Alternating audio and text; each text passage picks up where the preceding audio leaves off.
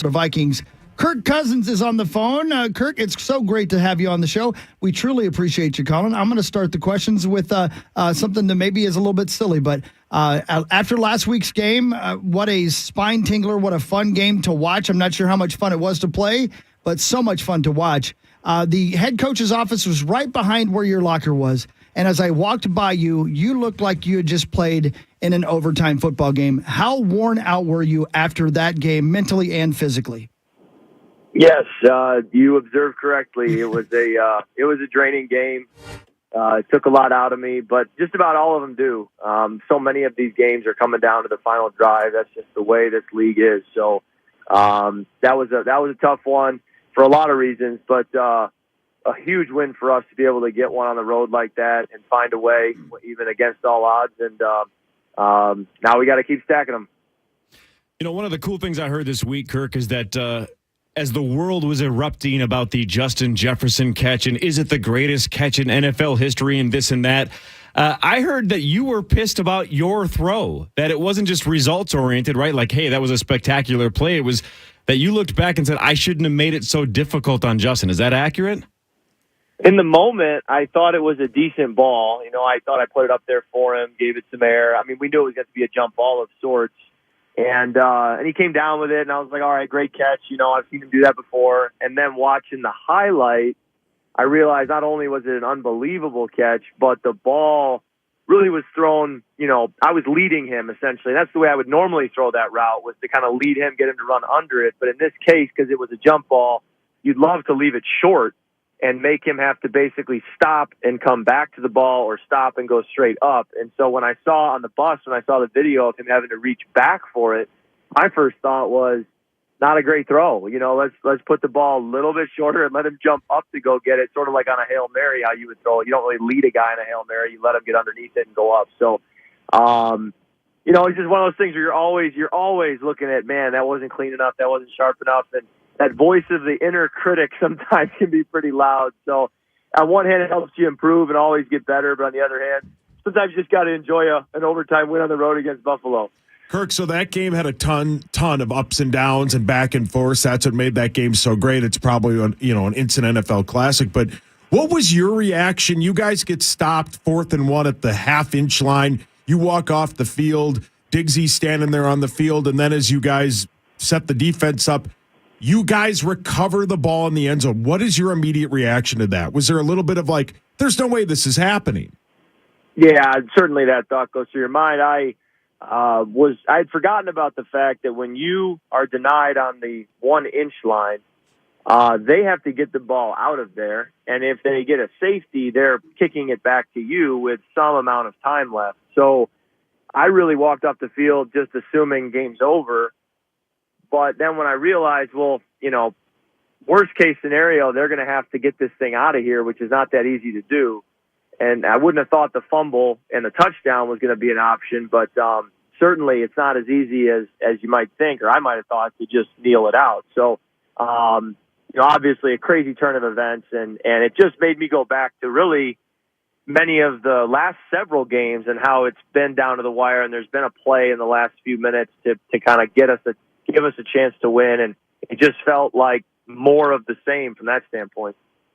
So, Kirk, this is, as a lifelong Vikings fan, this is the most fun I've had watching this team since at least 2009. And what an amazing game. Nationwide, they've said this is the game of the season. How tough is it to then all of a sudden put that behind you and now realize, get everyone focused and get dialed in for Dallas? I mean, that's what we were discussing immediately on the plane ride home was, you know, some guys brought up the Minneapolis Miracle and how that was such an emotional high, and you're riding that through the next week of practice, and then you've got to go on the road to Philly against a really good Philly team, and it's just human nature. That can be tough to do. So we're already, you know, talking about that a few days ago and the importance of moving on and, you know, putting in the rearview mirror and just focusing on getting a win versus Dallas here at home. So there's awareness of it, but it's one thing to talk about. It's another thing to, on Sunday, go and do it, and that's the challenge we have. Kirk Cousins again is our guest, and I can't thank you enough. We got a few more questions for you as you are heading to TCO to start your day. Every now and again, you'll see somebody say, hey, KJ's getting too many targets or not enough targets. This guy's getting too many. Do you have any idea during the game at all how many targets a certain player's getting? Or are you just running your offense?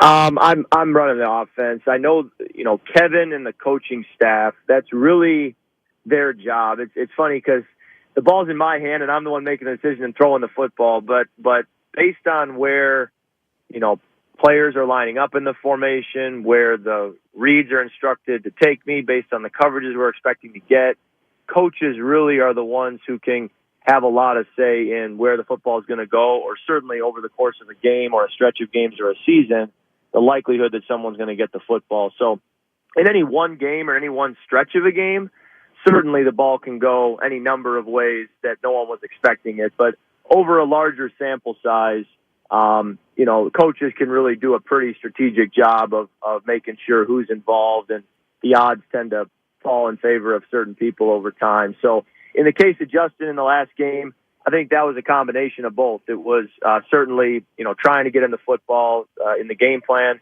but then also coverage. His first touchdown, they just left him one-on-one in man coverage. And so that's a great look for us. We're going to work that every time on that route, on that concept. But you also are very aware that, hey, they could play a very different coverage in that same situation, roll a safety over the top, play zone, and you have to move on. So it's hard to know when teams coverage-wise what they're going to do. But, when Justin does get singled up, certainly he's going to be getting the football going his way. You guys added a massive target at the trade deadline in TJ Hockenson. Are there a couple of times within the game that you are basically like the guy running the group project and maybe he doesn't quite know where to be and you have to tell him where to be? Like when you had that play, I think it was 3rd or 4th down, and you got him in the right spot, then you threw it to him and he converted on that huge play. What's it like having that massive target out there? Yeah, to his credit, no, it hasn't really been an issue. I think what happened on that one happens every now and then to receivers or tight ends anyways, where you say left and they hear right, and you have to make sure they get over to the left side instead of the right. But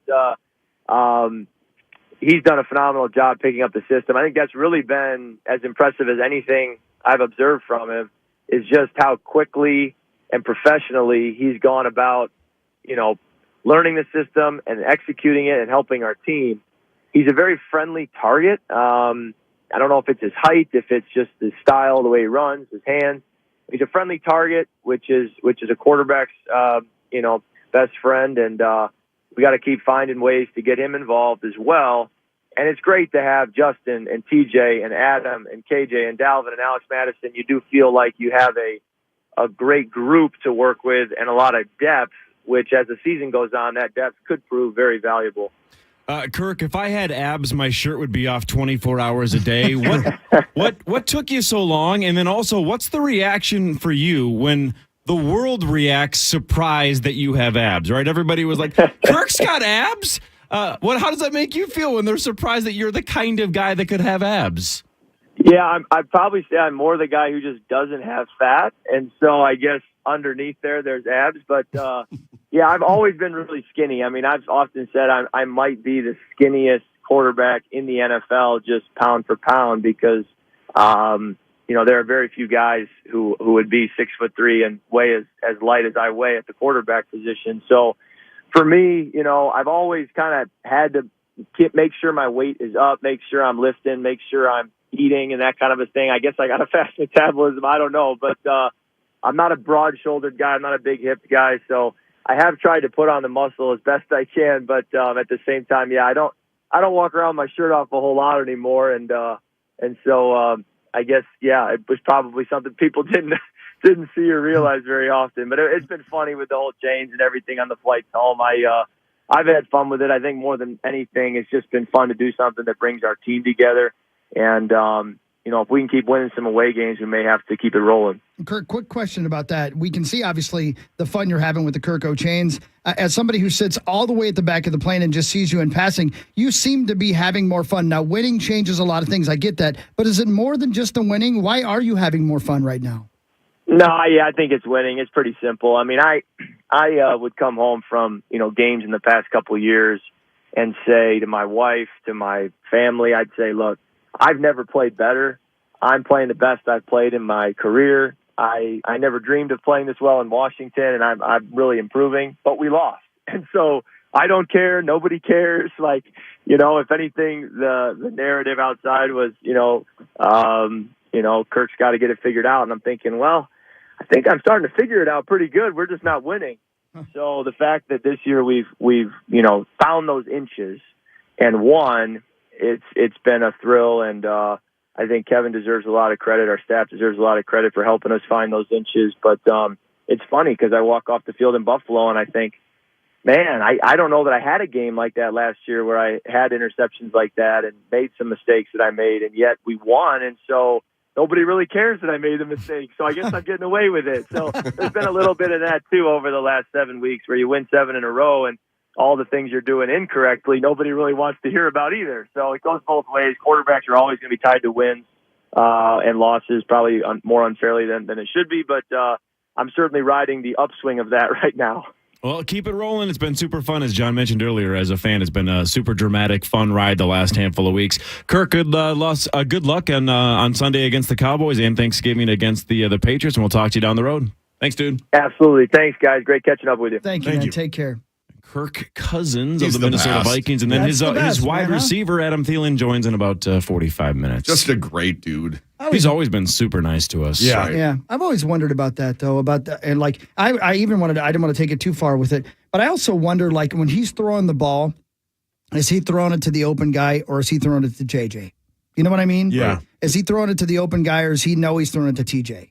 I would guess there's a part of his mind that knows that's the tight end running that route. Oh, for sure. You know Right, what just I mean? based on practice, Yeah, knowing exactly, where for each sure. It was person a is. good question. Yeah. Good question. Well, thank you. So fun. None to of us watch, got the though. good question. No. It seems like he's Oh, playing man. looser this year, though. The interceptions come with that, and of course, He's Twitter, too classy to say Twitter anything stuff. about that, though, Right? you know Where what I it's, mean? where Yeah. it's like Yeah. before it was you have to play so careful that borderline's unscared at times, where people are like, Kirk needs to open it up more and let it rip, and then he does, and the same people are like, what's he doing? No, you can't have it both ways. You're right. And You're right. with JJ, I love that he's just throwing it up there. And man, I knew JJ was good, but not like this. He's incredible. He is legitimately and deservedly in the conversation with Randy Moss, which I never thought he's so freaking good. Seems like a great kid, too. We've had a lot of great receivers since Randy Moss. Yeah. I don't think any of us have ever said those words. No. Yeah. Even with Stephon Diggs, who was great. Yeah. We've never said those Yeah, words. Diggs was probably the closest, Yeah. right? Harvin, no. Sidney Rice, no. Sydney had one good year, yeah. Yeah, What was it? but The Favre Diggs year. was legit. Yeah. Hi, Parrish. Hey, good morning, guys. What up, Hi, Mark. dude? What's up, guys? Oh, hi, Mark. What are we doing? Well, hey. Did you like our interview? I did. That was a good interview. No, I was, you Who guys do were you talking think had about the best question? Yeah, who Fun. did the best? I wasn't listening to you guys. I was just listening to Kirk. No. No, like you could tell it his enthusiasm. Like they're having fun. They're excited, and that makes me excited. When the team's having fun like that, when that enthusiasm comes in, that just adds to their game. I mean, they're going to be playing bigger, better, and more confident. It's so much fun. And he won't say it. No. Because he's too classy. He's too classy. Yeah, I know. But Chris, you're in that locker room. You've said it just feels different outside of the winning. Because you've been in the locker room when it was a different staff and there was winning going on. This feels different than the 2017, I said it in the preseason, right? man. I said it in the preseason when we had no idea if this team was going to be good or bad. It was definitely different. There's no way around it. And again, he's too classy to say it. But it's a breath of fresh air. Maybe it always is when there's a new regime come in. Maybe there's a breath of fresh air no matter what. Well, it's always kind of back to a clean slate, right? So if you're if you've been on the bubble and a new coach comes in, you're like, well, thank God it's a clean slate, you know, something like that. I wouldn't say always. It's not a guaranteed by any means that the team's going to be excited and looking forward to it. I mean, you get just look at John Tortorella gets hired in Philadelphia. Yes, he's won a cup. He's a great coach. He's a hard coach. I mean, he is going to push Philly to the limit. I guarantee you there was a couple of veterans on that team that went, oh, my God, Tortorella. I've heard about his preseason test, like things like that. So, like, there's definitely, coaches that are well-known that get a reputation when they get hired. Yeah. Veterans have an opinion on those coaches already. Yeah. Either way, man, it's fun. Like you said, man, enjoy the season. I love it, man. And I love that our quarterback's that kind of a guy. I really check this I out. love this team. I do. They're so fun. Well, if you want to go see them, check this out. Right now, we are the number 1 trend in Minnesota, number 10 in the country on Twitter. Hashtag Power Trip, because you could win a couple of tickets to the Vikings and Cowboys on Sunday. A little Twitter contest. All you got to do on Twitter, hashtag Power Trip. You can have 5 guesses. 5 guesses what the initials will be for game 437. You can guess 5 times as long as you have the hashtag Power Trip. We'll draw 1 winner from everybody that gets it correct. So just 1 email with 5 different guesses on it. 1 tweet, yes. 1 tweet, 5 different guesses. I should say, yeah, 1 tweet. Hashtag Power Trip. I'm going to do that right now. And That's of course, awesome. This is completely separate from the St. Paul Federal Credit Union initials jackpot, which is up to $25,500. Hell yeah. Only one of you gets to call and try to win that at 8:15. But this way, everybody gets to participate and have a shot at it, even if you're not the one caller that gets a crack at $25,500. So hashtag Power Trip on Twitter with 5 guesses, and maybe you'll win those Vikings Cowboys tickets. That would be fun. I'll be there serving drinks for Grey Duck. Yes. Have you done that yet there? Have you made the drinks yet? Not at the Vikings game. I'm always at home. That's my day. 1 for Twins you, game, though. 2 for me. I did that at the Twins game. 2 for me. I got full. Yeah, right. We can do better than this, by the way. Right now, what's going on? Number What 4, happened? Number 4 is Mastodon. Number 5 is Cutter. The band? Number 6 is Good Friday. Oh, Number 9 bless. is hashtag Twitter migration. We can beat some of these hashtags. Yeah, screw those 100%. hashtags. Let's go. Let's Hashtag Power go. Trip. Let's have some hashy tags. The Charge Challenge is next. Mark Parrish is here. Marnie Gellner will be here shortly. Initials at 8:15. This is the Power Trip Morning Show on The Fan. KFAN, Total Traffic.